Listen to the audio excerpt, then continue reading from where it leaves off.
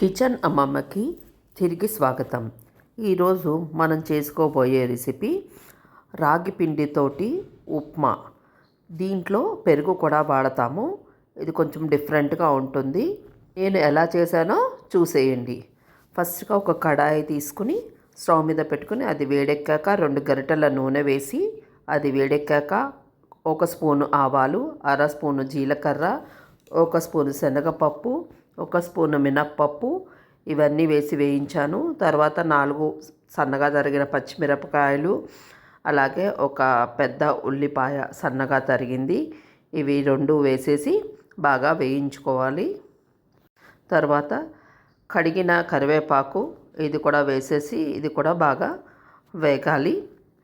ఇది అంతా వేగాక ఈలోపు మనము రాగి పిండిని ఒక గిన్నెలోకి తీసుకుని ఒక 4 చెంచాల పాటు దాంట్లో 2 చెంచాలు పెరుగు వేసి ఉండలు లేకుండా కలిపి పెట్టుకోవాలి.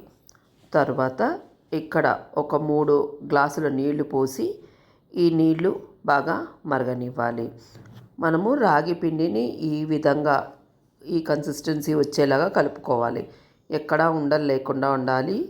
పెరుగు పుల్లటిది వాడకూడదు, కమ్మటి పెరుగు వాడాలి. ఇక్కడ నీళ్లు మరుగుతున్నాయి. ఉప్మాకి సరిపడా ఉప్పు కూడా వేసేసుకోవాలి. తర్వాత నీళ్లు మరిగాక మనము ముందుగా కలిపి పెట్టుకున్న మిశ్రమాన్ని కూడా వేసి ఇలా కలుపుతూ ఉండాలి. ఎక్కడ ఉండలు లేకుండా చూసుకోవాలి. అయితే ఈ ఉప్మాని అలాగే వదిలేయకుండా మధ్య మధ్యలో కలుపుతూ ఉండాలి. ఒక 5 నుంచి 10 నిమిషాల పాటు ఉడికించుకోవాలి. అంటే మనకి ఆ పచ్చిదనము పిండిలో ఉండే పచ్చిదనం పోయేంత వరకు ఉడికించుకోవాలి.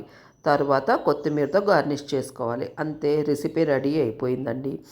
ఇది హెల్త్కి చాలా మంచిది. రాగి జావా రోజు తాగితే బోర్ కొడుతుంది, పిల్లలు బహుశా ఇష్టపడరు. అందుకని ఇలా కొంచెం ఇది టేస్టీగా ఉంటుంది కాబట్టి పిల్లలు కూడా ట్రై చేస్తారు. అందుకని ఈ రెసిపీ మీరు తప్పకుండా ఒకసారి ట్రై చేయండి. నచ్చితే షేర్ చేయండి, లైక్ చేయండి, మా ఛానల్ సబ్స్క్రైబ్ చేయండి.